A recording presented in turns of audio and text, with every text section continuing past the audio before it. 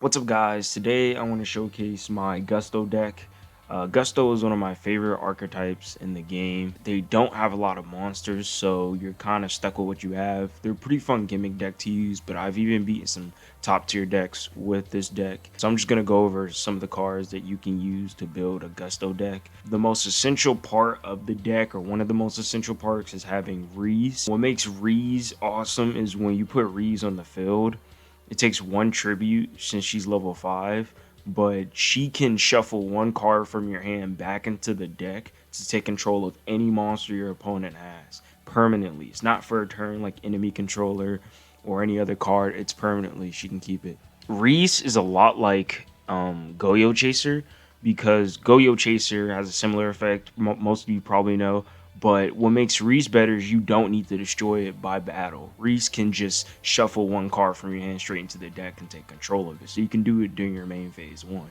Because doing stuff by battle isn't always optimal. The second card that you need is Gusto Thunbolt. I recommend putting like maybe 2 to 3 copies of him. What makes Gusto Thunbolt so good is if you're in the battle phase and this is like a card you draw on your first turn and you don't have a lot of other good cards in your hand, or if you just need something to put on the field, you can put this into face down defense position, and when they attack into it, during the end phase, after their battle phase is over, you can special summon any monster from your deck. Special summon Reese. Reese is the most optimal one to special summon.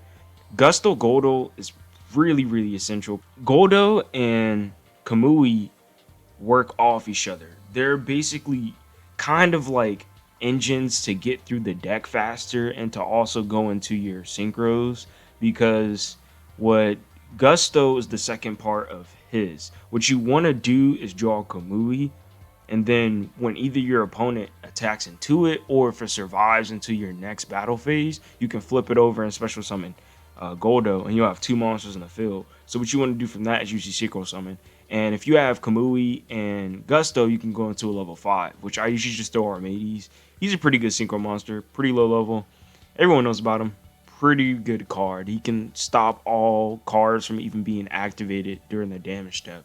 So I really recommend using him. Gusto Squirrel isn't as essential as all the other monsters. The only reason to throw him in there is because he's a target for Kamui and Thumbolt in case all the other options are out. I would only recommend replacing him with Musto because Musto effect is pretty good. I do have different deck variations of this deck, but this is my primary because it's most consistent whenever I go in matches. If you do want to substitute Gusto with him, that's okay, but I still recommend having him because he's a target in case you don't have Goldo, because you could go into Die Gusto, which if you summon him off the bat with Kamui, you could have a 2000 attack beat stick on the field.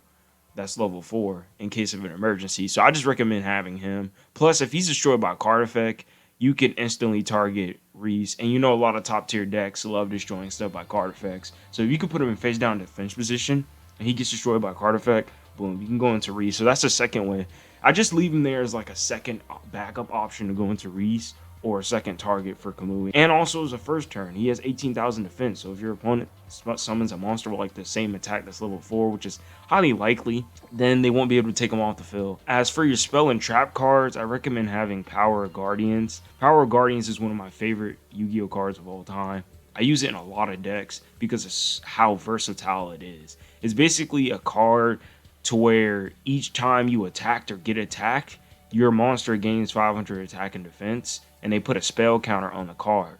So then each time your opponent tries to destroy the card with a card effect or by battle, it adds another spell counter. If their attack is higher than your card, all you gotta do is remove a spell counter. It won't destroy it. So it's a really good protection for a monster. The only way to get rid of it is by destroying it with a card effect. So if they do have spell and trap card removal, then you're screwed.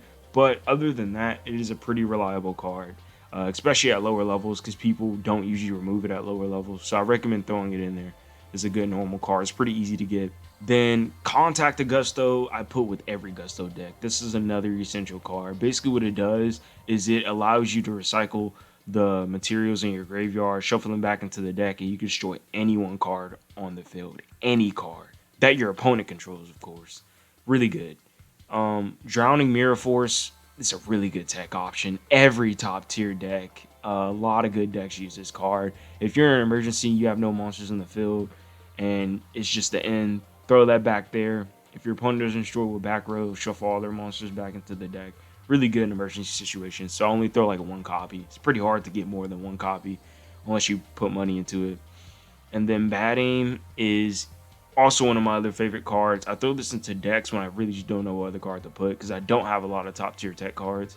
So Bad Aim is another option, and it's also secondary to Contact with Gusto. So it's kind of like having 5 of them, because what it does is when your opponent activates any card or effect, as long as it's not spell speed forward, if it's any card or effect, afterwards you can chain this with it and destroy any other card your opponent controls. It's really good. So let's say your opponent has a really big beat stick on the field. It's really hard to remove and stuff like that. Then if your opponent like activates another spell, trap, or monster effect, you can target that card after they activate that. So it's a really good tech option in my opinion. I love throwing that card in there. But this is an overview of the deck, and I'm just going to show you how the deck does inside of a match, just so you can get a good idea of how it works. He's using Red Eyes. Oh, wow. See, I've never seen anyone use Red Eyes with those cards, because I actually have a Red Eyes deck, but I don't even use that. I use the Red Eyes archetype with the Red Eyes deck. Here's the good thing about that. Now that he just took out his biggest monster, I could put an attack mirror shuffle down and literally just get him off the field like that, and it'd be over with. Now, I'm thinking of doing that. I might be super. I could put a monster. Nah, we'll just do Drowning Mirror Force. Because see, Drowning Mirror Force also doesn't target. So even if you attack straight into it and I do activate it, you can't do a thing about it. Oh yeah, I'm about to take off all his monsters, bro. Bye-bye. Drowning Mirror Force. Bye. He can't negate that because that doesn't target. Can he? Oh, yes, sir. Yes, sir. I got rid of that, man. That's probably the best usage I've had in a while with Drowning Mirror Force. That was great.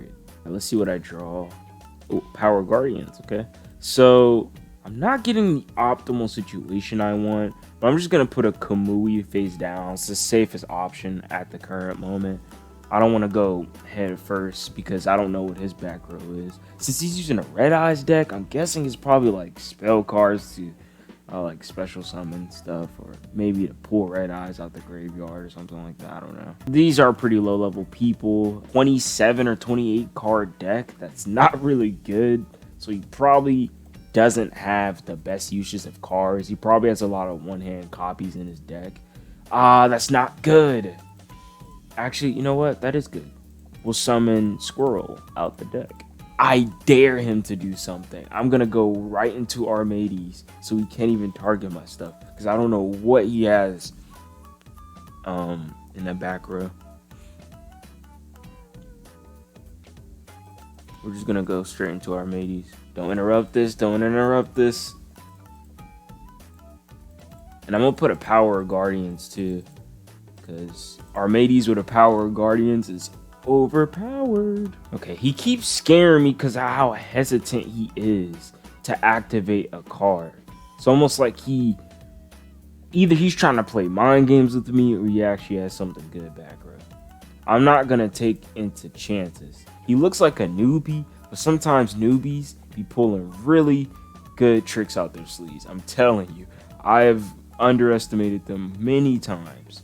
They'll have a good card in their deck and they draw right into it, and you won't even expect it. Assault Wyvern? Why would you put an Assault Wyvern? You're not going to do anything. He thinks he can destroy my Gusto card. Yeah, this guy's a heavy newbie. I don't even think he knows the basic rulings that a monster with the same attack as a monster's defense, they cancel out. Neither of them get destroyed. It doesn't do anything. It's alright. Just take some practice. We've all been there. It just is funny. It's almost like looking at my old self playing again. It's really funny. So I'm going to go a little bit easy on him, honestly. Nah, honestly, go hard on him. Give him some tough love. Alright, we're going to shuffle this into the deck. I'm gonna get rid of that. We'll just end it like that. There's no need to prolong it. I'm not gonna destroy his back row. I got Armades. He doesn't like he's gonna do anything. He keeps playing mind games with me. I just put that into defense position in case he pulls something out all of a sudden. Then we'll do the ties that binds just to, you know, nip in the bud. And then we'll soar. Zamimaru. This ain't Bleach, but boom, it's over. Y'all saw how the deck works now. The deck is reliable, especially at lower levels. So if you guys are lower level watching this, this is a fun gimmick deck to bring in. And none of the cards I use in this deck besides the synchros, I don't think any of them are ultra rare. I think the highest any one of these cards in the deck are, what is it, rare? And rares and normals are super easy to come across. Except Drowning Mirror Force, that's actually an ultra rare card. Besides that, you can substitute that with something else. A lot of these other cards, not hard to come across. Yeah, I mean, it's pretty much it, guys. I just want to show you how it works. I didn't get a chance to show you how Reese works, but I will probably take this deck into another match and upload another video where I'm not using the deck, and I'll go more into the usage, into an actual application of how to use it. But that'll be for another time. I just wanted to give you a quick little upsee on the deck and how to use it. But yeah, I'll see you guys in the next video.